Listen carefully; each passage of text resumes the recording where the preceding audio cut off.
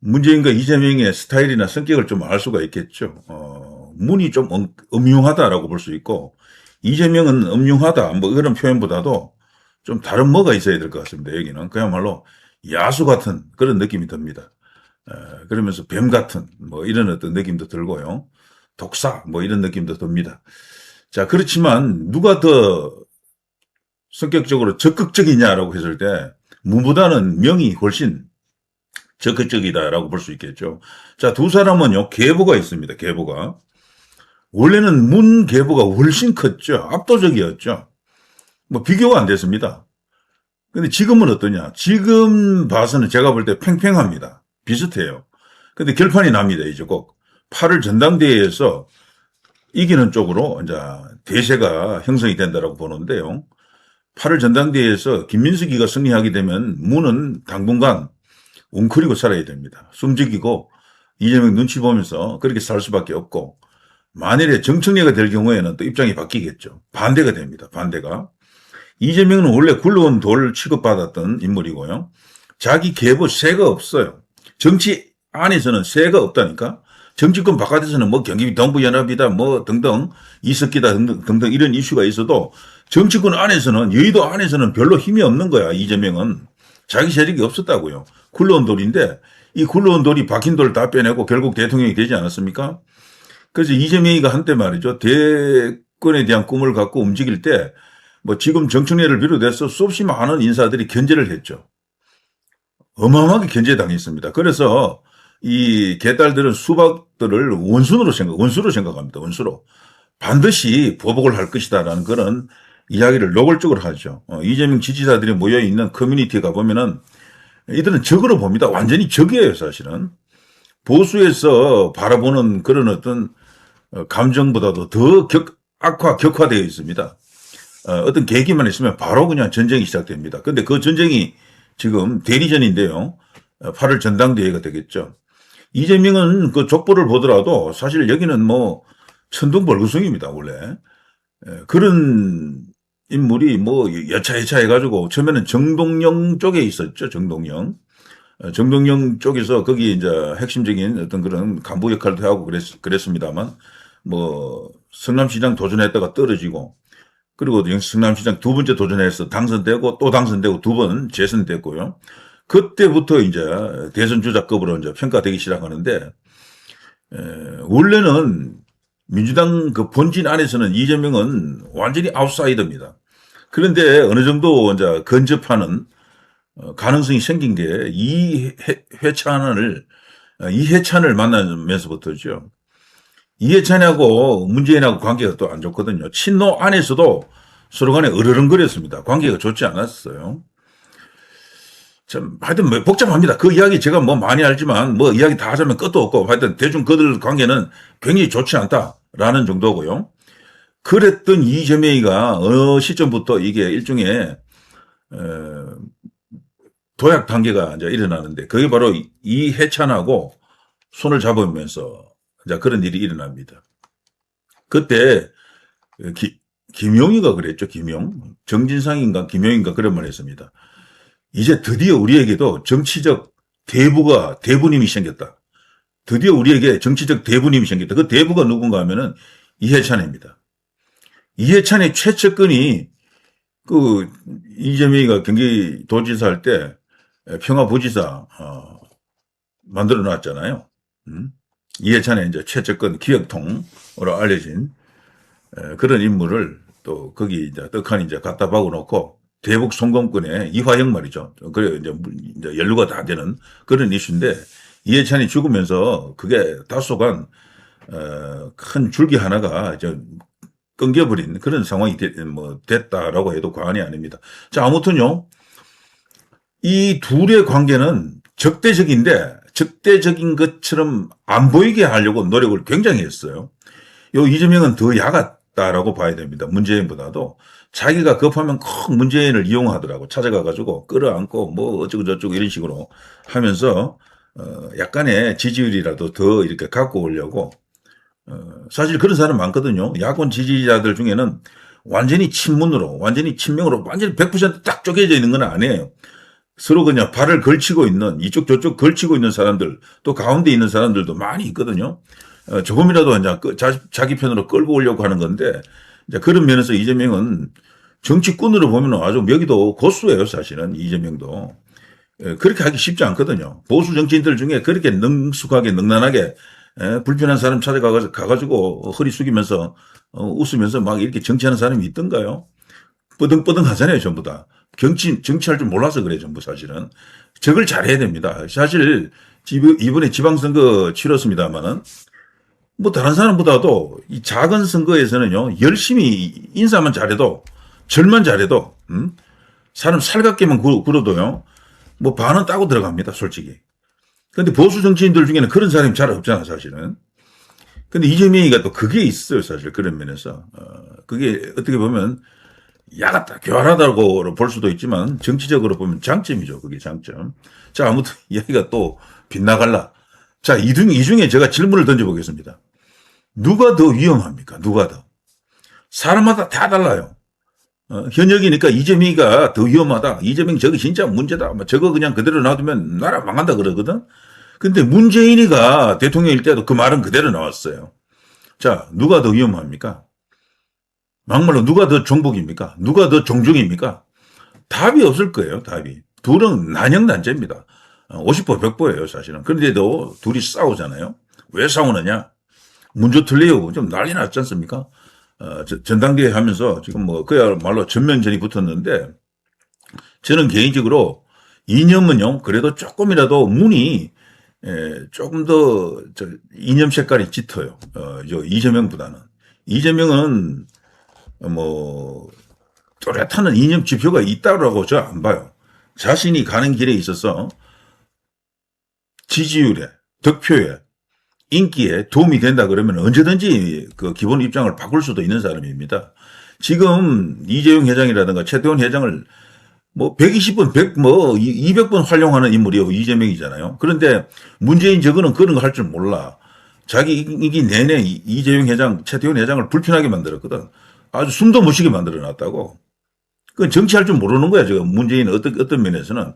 근데 그걸 통해서 자기 지지층을 결집했다라고도 볼 수는 있지만, 근데 여기 이재명은 안 그렇잖아요. 둘을 딱 옆에 끼고, 완전히 그냥, 마치 그 두 사람을 호위무사로 사용하는 것 같다니까요.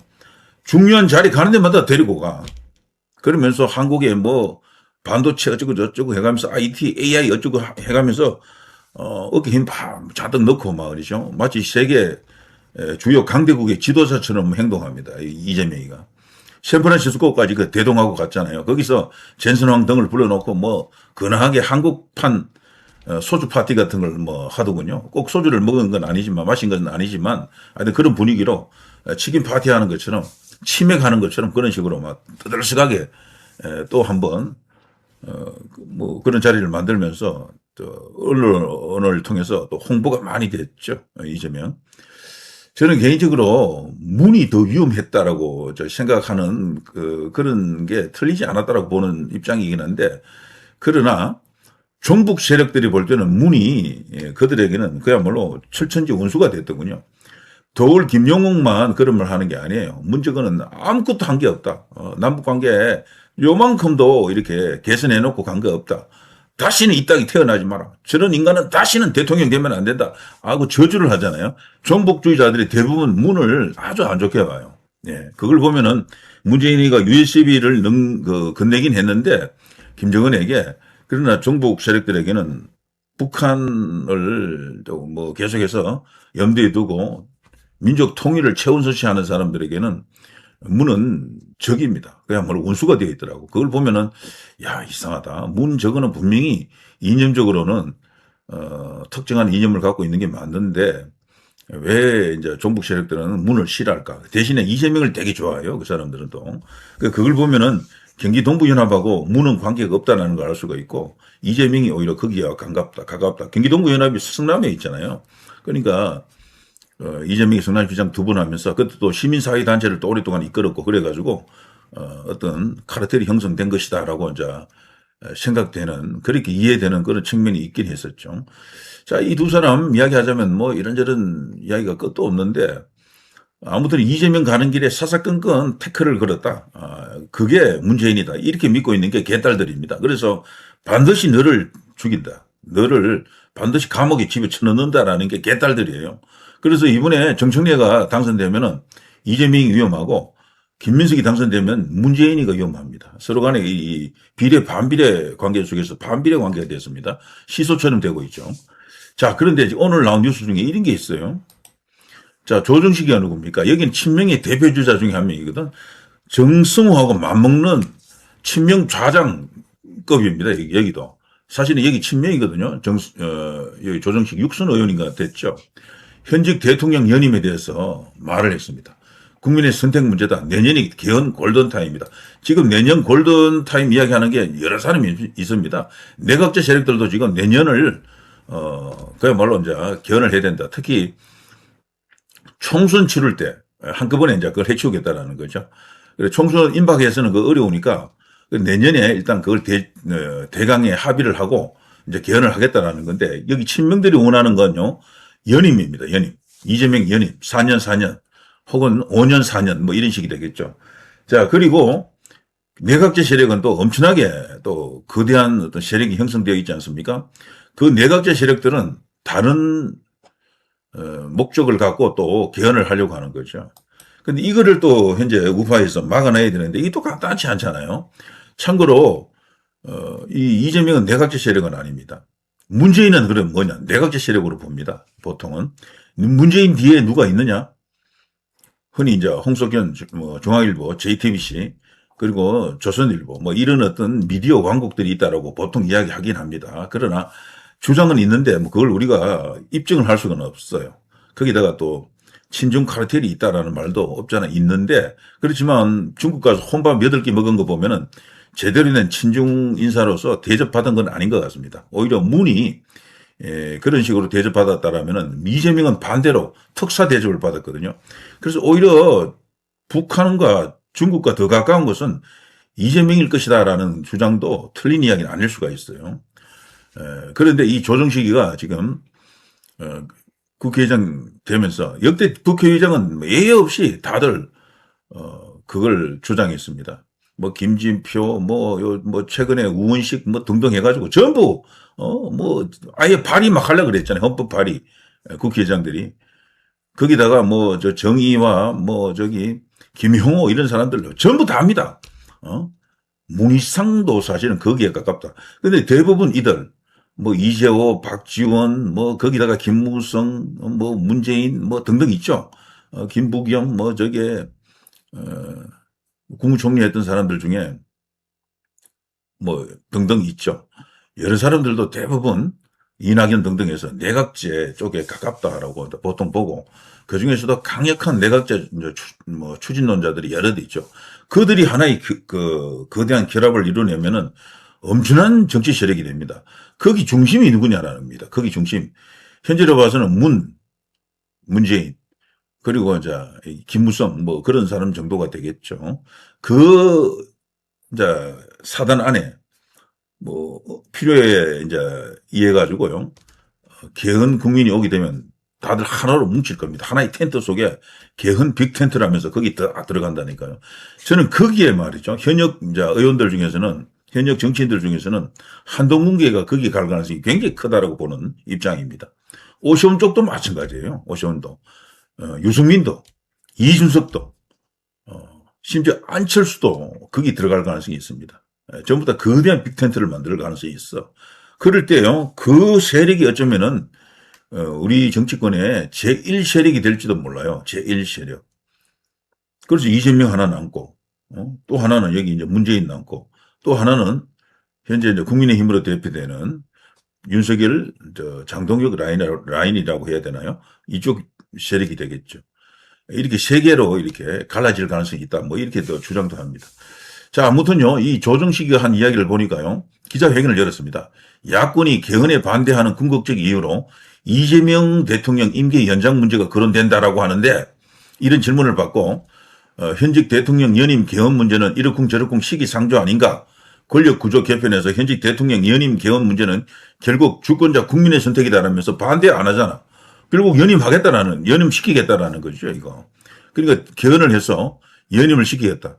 그게 가능하려고 하면 일단 김민석이가 당대표 되어야 되겠죠. 자, 그런 식으로 절대적으로 이들이 밀어붙입니다. 김민석으로.